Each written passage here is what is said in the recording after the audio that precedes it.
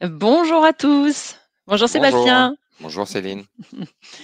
Donc merci d'être là aujourd'hui pour parler d'un sujet qui est plutôt d'actualité pour tout le monde, qui est le retour sur investissement des formations. Bon, plus particulièrement aujourd'hui, nous allons parler des formations en langue. Alors en attendant que tout le monde nous rejoigne, je vais expliquer un petit peu comment fonctionne la plateforme de webinaire. Donc il y a 2 espaces qu'on va utiliser aujourd'hui. Le premier, c'est l'espace de chat sur lequel effectivement, on peut se dire bonjour. Donc bonjour à tous.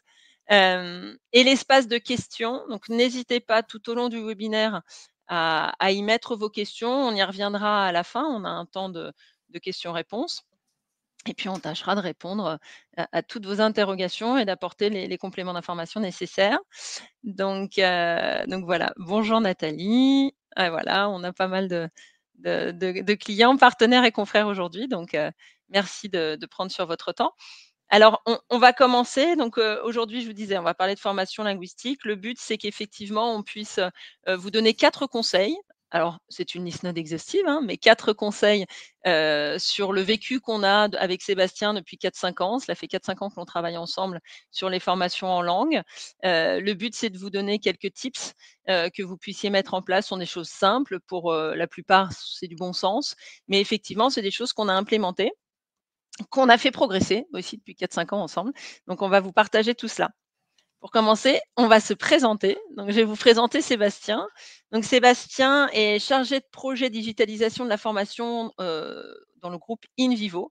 Pour information, le groupe InVivo a racheté le groupe Soufflé, qui est initialement l'entreprise dans laquelle nous travaillons pour laquelle nous travaillons ensemble. Sébastien a débuté, dans le groupe Soufflé en tant que formateur en anglais. Donc il a une double casquette ou triple casquette et effectivement, il sait de quoi il parle quand on parle de formation linguistique. Et après, voilà, il est progressivement passé responsable de la formation. Et puis aujourd'hui, ses missions évoluent encore et on est dans de la digitalisation de la formation. Donc un chouette parcours. Et en tout cas, on continue à travailler ensemble, c'est le principal. Alors maintenant, je vais vous présenter Céline. Donc Céline est consultante formation linguistique depuis 2008. Elle est passée responsable commerciale donc depuis 2 ans et encadre 6 consultants. Et donc avec son équipe, Céline accompagne les projets linguistiques de ses clients partenaires comme le groupe InVivo. Merci Sébastien. Donc on va présenter nos 2 organisations rapidement. Donc à toi Sébastien. Donc InVivo, c'est un des premiers groupes agricoles européens avec un chiffre d'affaires de 10 milliards d'euros, présent dans 38 pays, qui collabore donc avec 13 500 salariés. Donc le groupe InVivo est acteur dans les domaines du négoce international de grains, dans l'agriculture, jardinerie, animalerie, distribution alimentaire, malterie, la filière blé, la fourchette à l'assiette et dans le domaine du vin également. Alors Explicit, on est un organisme de formation en langue. On a fêté nos 30 ans, il y a déjà 2 ans. On est basé dans le sud de la France et notre métier est d'accompagner les organisations et les entreprises dans le but de faire monter en compétence leurs collaborateurs, de leur donner le sourire dans une autre langue et de les rendre efficients à leur poste de travail et aussi confiants, dans une autre langue que ce qu'ils font, ce qu'ils véhiculent en français dans leur domaine. On le fait dans 5 langues, alors majoritairement en anglais, mais également en espagnol, en italien, en allemand et en français langue étrangère.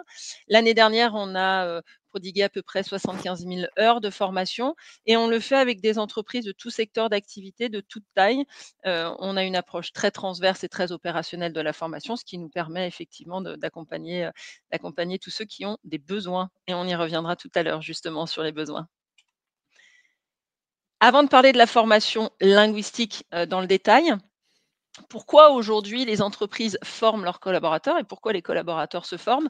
Bah, ça a échappé à personne. On est dans un contexte de forte tension, dans le recrutement. On est tous touchés, hein, quel que soit notre secteur d'activité et c'est vrai qu'on a des pools de talents en interne, qui ont parfois besoin juste d'un coup de pouce pour accéder à de nouveaux postes dans l'entreprise. On le fait beaucoup d'ailleurs chez Explicit et on a un vrai vivier donc plutôt que d'aller chercher à l'extérieur, ce qui est difficile à trouver en ce moment, bah, une des clés, c'est sûrement la formation et c'est de permettre à vos collaborateurs de progresser, de monter en compétences et d'accéder à de nouveaux postes et puis un nouveau souffle aussi parfois dans une carrière.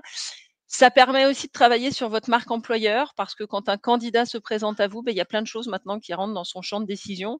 Bien entendu, il y a le salaire, mais il y a la qualité de vie au travail, il y a l'organisation du travail et puis il y a cet accompagnement formation, donc c'est quelque chose qui est très important pour les entreprises. Et puis les collaborateurs, bon, effectivement, ça paraît logique. Le but, c'est de gagner de nouvelles compétences, de se sentir plus à l'aise aussi à leur poste de travail et puis d'avoir plus d'efficience au quotidien dans la mise en pratique de leur métier. Et puis, petit clin d'œil à la formation et à ce qu'on va de ce dont on va parler aujourd'hui, c'est qu'on a quand même 58% des actifs qui utilisent l'anglais au quotidien dans leur job. Alors, il est difficile de parler de formation et puis en plus de vous parler à vous aujourd'hui RH, sans parler des hommes et des femmes qui occupent ces postes. L'étude Tissot et PFIT disent qu'effectivement, il y a 71% des RH qui choisissent ce métier par rapport à la dimension humaine qu'il représente. Mais malheureusement, vous êtes beaucoup à dire que vous n'avez pas le temps de travailler sur les domaines qui ont fait ce choix, notamment la qualité de vie au travail dont on vient de parler, la formation, la gestion des carrières et des compétences. Ce qui nous amène à notre premier constat, c'est qu'effectivement, aujourd'hui, réfléchir à la formation, mettre en place, gérer, administrer, suivre vos plans de développement de compétences, ça prend du temps. C'est extrêmement chronophage et on va essayer de répondre à cette première question, comment faire gagner à vos équipes du temps dans justement cette gestion et cette administration des plans de développement des compétences. Et Sébastien va déjà nous donner quelques tips. Alors, pour répondre à cette question, je vais partager mon expérience.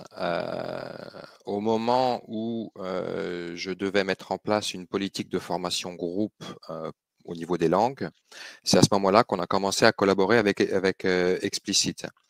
Donc, la première chose qu'on a faite, c'est une réunion de cadrage administratif. Cette réunion de cadrage, elle nous a permis de déterminer les contacts, qui recevrait les factures, qui serait en charge de relance.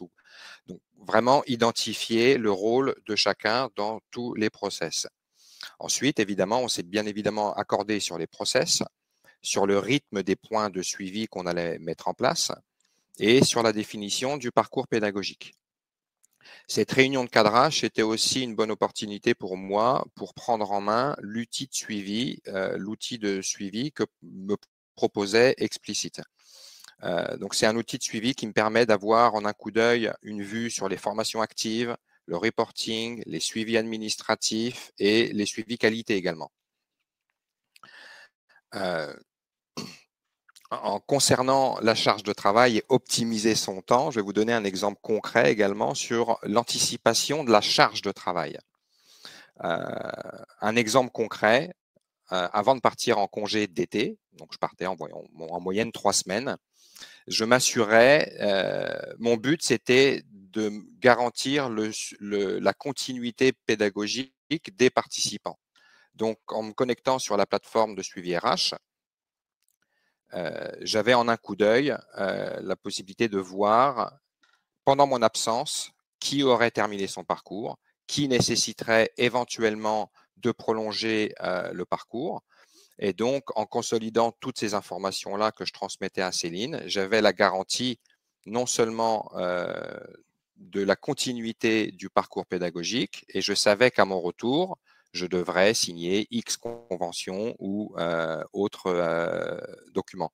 Donc, vraiment, la plateforme pour moi, c'était un moyen non seulement d'avoir une vue, mais surtout d'anticiper la charge de travail. Ensuite, on avait décidé avec Céline de mettre en place des points de suivi réguliers, parce que j'étais amené à travailler sur des projets RH transverses. Et ces points de suivi réguliers étaient pour moi, pour nous, l'occasion d'échanger, pour moi peut-être d'avoir une information que j'aurais pu louper à cause de ces projets transverses. Et pour rebondir sur le dernier point, on a tendance, quand on digitalise une formation, à digitaliser à 100%. Et ce que j'ai trouvé appréciable, c'est on a un suivi digitalisé et humain. Et ça, c'est quelque chose qui était très important pour moi. En effet, je rebondis sur d'ailleurs le point que tu as utilisé en premier, les réunions de cadrage administratif. Quand il y a eu cette bascule groupe soufflé, rachat in vivo. Je suis montée à Paris effectivement rencontrer, l'équipe RH, la nouvelle équipe RH en tout cas, qui allait, devenir mes interlocuteurs parce que même si nous avions calé avec Sébastien un certain nombre d'éléments, un certain nombre de process ensemble, les besoins d'in vivo ne sont pas forcément les mêmes et effectivement, il y a eu quelques aménagements. Il était important pour moi de reposer les choses au démarrage. Après, on n'a plus qu'à mettre les choses en place et puis ça roule tout seul. Et c'est important effectivement pour gagner un temps maximum sur la gestion du plan par la suite. Donc, le conseil numéro un, bien cadrer vos projets au démarrage afin d'optimiser votre temps, d'anticiper d'éventuelles difficultés et de rationaliser le process. Pardon. Le deuxième constat, et effectivement on l'a dans un certain nombre de domaines formation, c'est que les parcours démarrent bien, mais parfois ils ont du mal à arriver à la fin. Donc comment faire pour impliquer, engager les participants dans la formation? Parce que en tant qu'organisme de formation, vous avez beau tout mettre en œuvre pour que ça se passe bien, que ce soit le suivi, l'accompagnement, le marketing, les relances, le suivi. S'il n'y a pas d'implication des collaborateurs, s'il n'y a pas de motivation, bah, malheureusement c'est compliqué. Ouais. Alors, avant de répondre à cette question, je vais vous présenter des statistiques avant la mise en place de la politique de formation groupe et avant, évidemment, notre collaboration avec Explicit et après. Donc, avant 2013-2017, j'estimais le taux d'accomplissement des formations langues à environ en moyenne à 80%. Et on travaillait sur cette période-là entre 4 à 7 organismes de formation sur les 5 langues principales européennes, l'anglais, allemand, italien, espagnol et français langue étrangère. Après 2018-2021, le taux d'accomplissement en moyenne était de 92% et on travaillait exclusivement avec un organisme de formation explicite. Effectivement, les chiffres sont importants. Les chiffres sont importants, oui. Donc, pour impliquer et engager, vous le savez sans doute tous et toutes, l'apprentissage d'une langue demande un investissement important, la rigueur, la fréquence et de la régularité. Je suis parti du constat suivant. S'il n'y a pas vraiment de besoin, il n'y a pas vraiment d'investissement. S'il n'y a pas d'investissement, il n'y a pas de résultat.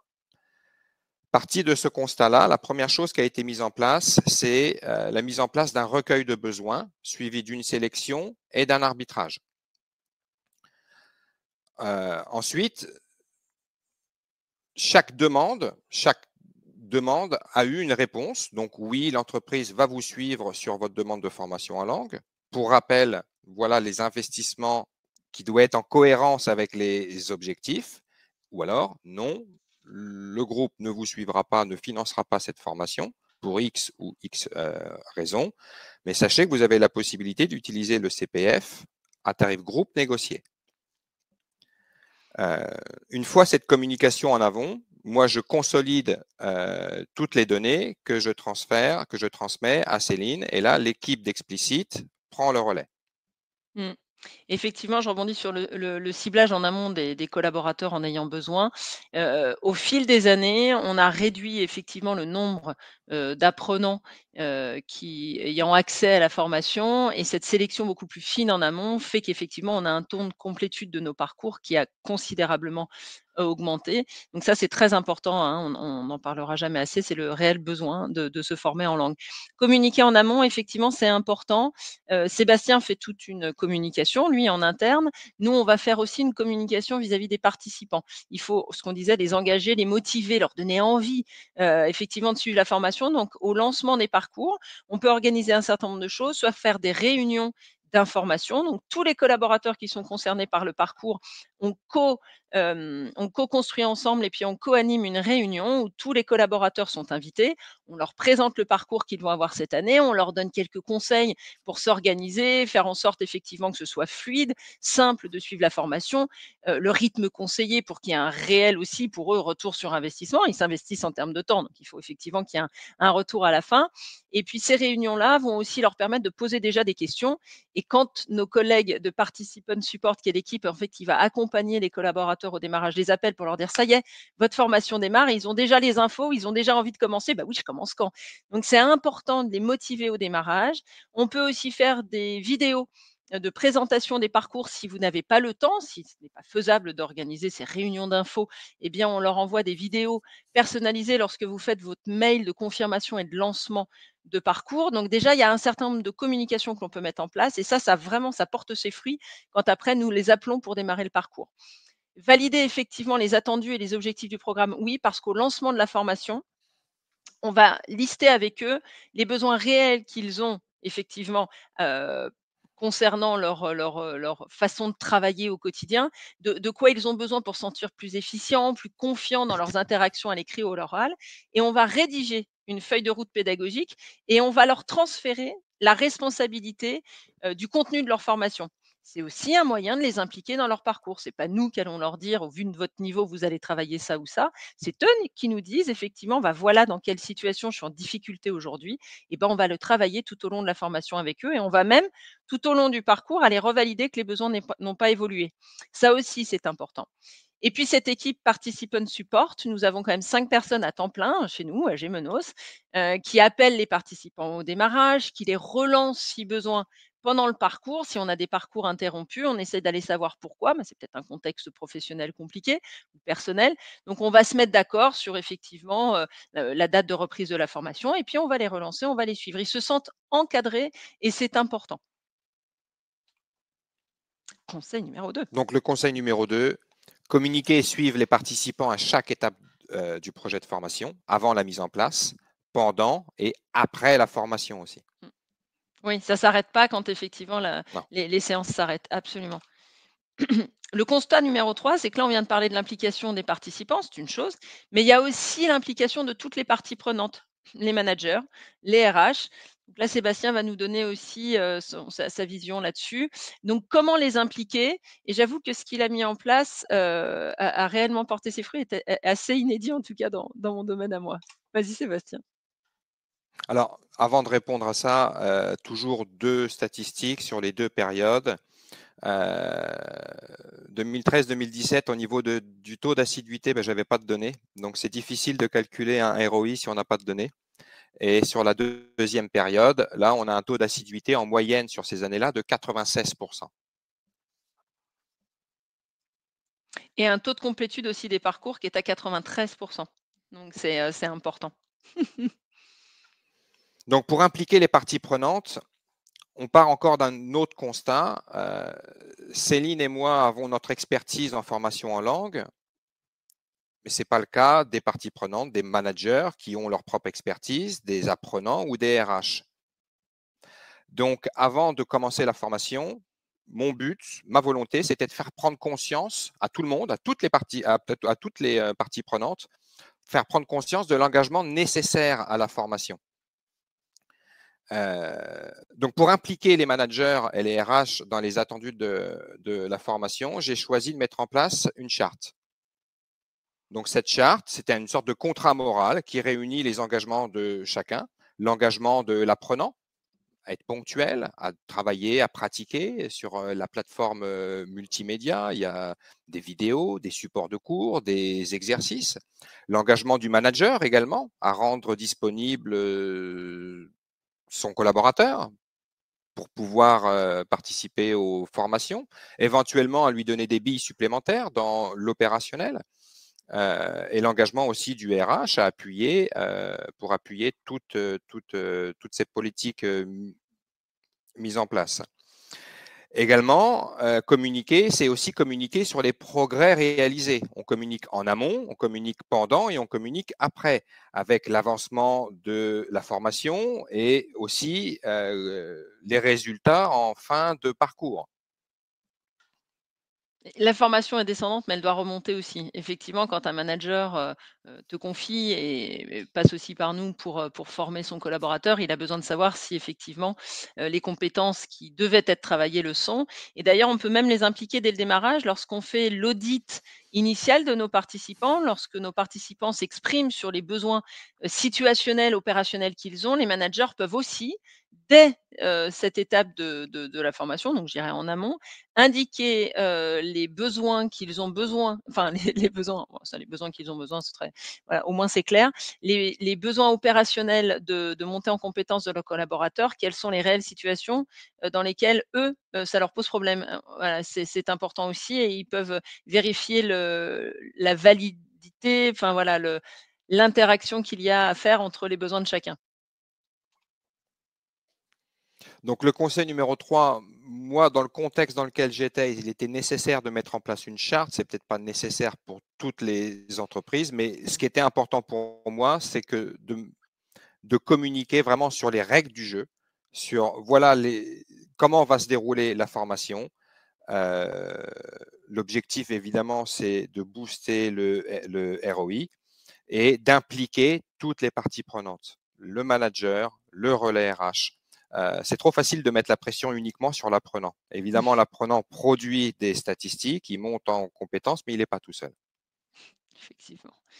Donc c'est vrai que tout ce qu'on vous dit aujourd'hui, peut être modulé en fonction de vos besoins, de la taille de votre entreprise, de votre organisation. Voilà, nous, effectivement, on partage notre expérience, mais qui peut le plus, que peut le moins. Le 4e constat, c'est qu'il est difficile, notamment dans les langues, d'avoir un réel retour sur investissement. Donc, comment faire pour avoir des indicateurs, pour savoir si ce que l'on a mis en place a porté ses fruits? Donc effectivement, on va vous donner quelques réponses là-dessus. Alors, bien évidemment, on a les indicateurs clés qui sont disponibles via la plateforme de suivi RH. Après, je m'attachais à bien choisir les indicateurs en fonction de la période. Dès le lancement de la formation, ce qui était important pour moi, c'est qui avait commencé la formation, qui ne l'avait pas commencé et pourquoi. À mi-parcours, donc nous, on fait maintenant des parcours de 10 heures sur 3 mois, donc on peut renouveler 3 fois ces parcours-là. À mi-parcours, on peut commencer à avoir une première idée du niveau. Donc ça, c'est un nouvel indicateur. On peut avoir aussi un indicateur qui va nous montrer l'investissement avec la fréquence des sessions programmées, avec éventuellement les annulations, avec le temps passé sur la plateforme également.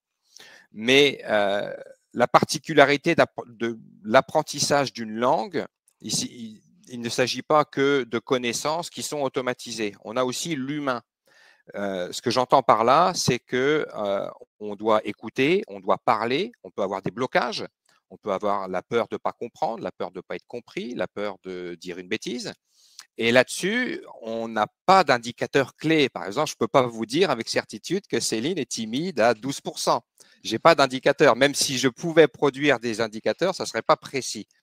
Et c'est pour ça qu'à la fin de chaque parcours, j'ai pu m'appuyer sur des rapports de fin de formation, donc qui sont produits, qui sont disponibles sur la plateforme de suivi RH. Sur ce rapport, je vais voir les objectifs, le niveau de départ, le niveau d'arrivée, le niveau moyen, les feedbacks, les commentaires des formateurs sur chaque session qui avait par exemple pour objectif de présenter l'entreprise. Est-ce que le participant a pu présenter l'entreprise avec aisance? Donc ça, c'est des critères, c'est des indicateurs qui sont utiles pour moi. Et également, comme on l'a pu le voir, on a les retours terrain. On a le feedback du participant, on a le retour terrain du manager qui va pouvoir me dire oui, mon objectif, c'était de pouvoir développer mon portefeuille à l'international et ma collaboratrice a pu réaliser une vente dans les pays de l'Est, par exemple. Donc, tout ça, c'est des indicateurs qui, mis ensemble, me permettent d'avoir une meilleure vue, beaucoup plus précise sur le ROI. Effectivement, bah, c'est ce qu'on voit, c'est qu'il y a pas qu'un seul, facteur qui fait qu'on peut suivre, le retour sur investissement dans les formations linguistiques. C'est un ensemble de choses. Tout ce qu'on vient de voir là, effectivement, définir finement les besoins en amont, travailler sur, la communication descendante, mais aussi dans l'autre sens, effectivement, remonter un certain nombre d'informations aux managers, avoir leur retour terrain. Tout ça vous permet de rationaliser, d'anticiper aussi vos plans de développement des compétences compétences, c'est votre budget à venir. C'est-à-dire que quand on sort d'une année de formation avec Sébastien, on a un bilan clair de ce qui a été fait dans l'année. On voit qui a encore besoin d'avancer. Comme il le disait, l'apprentissage d'une langue, ça peut prendre du temps, il n'y a pas de baguette magique. Et effectivement, on peut avoir certaines personnes qui ont besoin d'être accompagnées sur plus de temps. Il y en a certaines qui, au bout de 2 parcours, bah, auront déjà atteint les objectifs attendus. Donc, c'est important d'avoir toute cette lecture, tous ces indicateurs, tous ces différents retours pour vous, pour anticiper les années à venir et puis aussi valoriser votre investissement sur l'année qui vient de s'écouler. Ce qui nous amène aussi, et c'est ce qu'on a mis en place avec Sébastien, à peut-être former parfois moins, mais mieux. Cette définition en amont, des réels besoins de vos collaborateurs et d'avoir aussi vos retours managers, même avant le démarrage des parcours, en vous disant: «Lui, j'ai vraiment besoin qu'il progresse parce que c'est un enjeu pour nous de le faire monter en compétences. Il est sur un poste qui le met en avant, qui le met au devant de la scène et quand il est sur des négociations avec nos futurs clients, il faut qu'il soit impactant, il faut qu'il soit bon dans son domaine, autant en anglais qu'il le fait en français, il faut qu'il soit aussi brillant dans l'autre langue. C'est important et pour exemple, hein, quand on a commencé à travailler ensemble en 2018, alors je vais regarder les chiffres pour pas dire de personne, on avait à peu près 120 apprenants sur des parcours de 20 heures. En 2022, on en a formé 75, mais ils ont suivi entre 30 et 40 heures de formation. Donc effectivement, il y a eu moins de collaborateurs, parce que le recueil de besoins a été beaucoup plus serré, beaucoup plus strict en amont, mais avec des personnes qui ont fait plus d'heures et au final, si je ne me trompe pas Sébastien, on est quasiment sur le même budget. Donc c'est Ouais, QFD, voilà, c'est, avec un c'est ça. meilleur retour sur investissement pour InVivo, enfin maintenant groupe InVivo, mais effectivement pour souffler puisque les collaborateurs qui ont été accompagnés ont eu plus d'heures et cette fameuse baguette magique, effectivement, en 10 heures de parcours, il n'y a pas de secret. On ne fait pas de grands gaps. On va travailler sur des situations opérationnelles, donc on va gagner en aisance. Mais en termes de niveau et puis même de fluidité de langage, ça ne suffit pas. Donc ça permet aussi de piloter le plan de formation pour Sébastien. Conseil numéro 4. Donc, conseil numéro 4, vous l'avez compris, avoir un retour multicanal sur les résultats du projet. Personnellement, j'estime que sans feedback, c'est très, très difficile de progresser ou d'avoir une vue sur le ROI. Et bien évidemment, impliquer toutes les parties prenantes. J'insiste vraiment là-dessus, mais c'est pour moi essentiel. Donc, rappel de nos 4 conseils. Le premier, c'est bien cadrer vos projets au démarrage pour optimiser votre temps et votre gestion derrière. Donc, conseil numéro 2, communiquer et suivre les participants à chaque étape du projet de formation, avant, pendant et après. Le troisième, c'est de mettre en place une charte ou assimiler effectivement, en tout cas d'avoir cette sorte de contrat moral avec vos participants, vos managers et éventuellement relais RH en fonction de la taille de votre entreprise. Conseil numéro 4, avoir un retour multicanal sur les résultats du projet. Alors en conclusion, effectivement, il y a plein de choses. On a dit des choses qui, comme on le disait au démarrage, sont pleines de bon sens, mais sont des choses qui sont bonnes à rappeler. Et puis, ce qu'il y a aussi en trame de fond, c'est le partenariat que vous allez nouer avec vos organismes de formation. Et c'est vrai que cette fidélité qu'on peut avoir entre prestataires et clients, ça nous permet de pérenniser aussi les choses que l'on met en place, d'améliorer les process ensemble, de grandir ensemble, et au final, d'arriver à quelque chose qui est constructif pour vous, pour nous aussi, et puis d'avoir ce réel retour sur investissement qui est important. Et puis, ce qu'on a vu au démarrage aussi, et Sébastien l'a vécu, c'est de pouvoir aussi valoriser tout ce que vous apportez en tant que responsable formation, responsable RH, parce que vous avez, grâce à tous ces tips-là, vous pouvez prendre aussi votre part de valorisation sur la réussite du projet que vous mettez au démarrage, parce que toutes ces étapes ont été respectées et au final, vous avez un vrai retour sur investissement. Donc voilà ce qu'on pouvait vous partager aujourd'hui de ce qu'on a mis en place avec Sébastien. Donc on va regarder un petit peu les questions qui ont été posées. N'hésitez pas, hein, c'est le temps pour ça.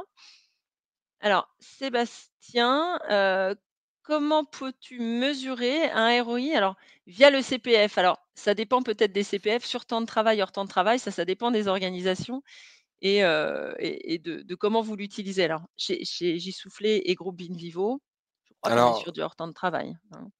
quand j'étais en charge des formations langues, je n'avais pas forcément de vue sur le ROI. En revanche, ce qui était intéressant pour moi, c'était de voir qui, parmi les personnes qui avaient demandé une formation, qui s'est vue refuser, Mmh. est-ce que cette personne-là utilisait son CPF? En l'occurrence, si cette personne utilisait son CPF, ça m'indiquait que cette personne était motivée. Mmh.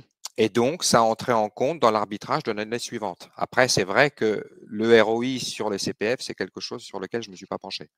Non, puis c'est un peu plus compliqué parce que c'est Mm. vrai que là, on est sur, c'est quelque chose qui est très personnel, le CPF, c'est pas forcément, évident à suivre. Tout dépend de la politique aussi qui est mise en place par l'entreprise. Nous, on a certaines entreprises qui le font sur temps de travail, indifféremment aussi hors temps de travail. Donc là, il y a un suivi qui peut se faire. Si on est essentiellement sur du hors temps de travail, l'entreprise ne peut pas avoir accès, aux données.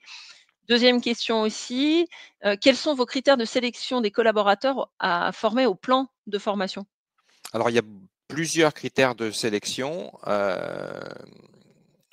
Parmi eux, il y avait la modalité d'utilisation de la langue. Donc, je favorisais l'accès à la formation à une personne qui allait parler ou Mmh. écouter. Il y avait des utilisations par email. Donc, je favorisais surtout, on parle d'une langue vivante, bien sûr. Mmh. Donc, favoriser les collaborateurs qui utilisaient l'anglais de vive voix. Il y a l'historique également. Il y a Mmh. les orientations stratégiques. À l'époque, la malterie développait son activité à l'international, donc ça coulait de source pour moi de favoriser l'accès à la formation en langue dans ce secteur d'activité. Comme je le disais aussi, l'historique. Est-ce que cette personne-là a suivi des formations en langue? Quels ont été les résultats? Mmh. Et après, les relais RH, les parties prenantes étaient aussi également intéressantes pour leur input. Parce que je n'avais pas forcément accès à toutes les informations, peut-être qu'il y avait un projet particulier qui allait se mettre en place sur cette année, peut-être qu'il y avait une possibilité d'évolution de carrière.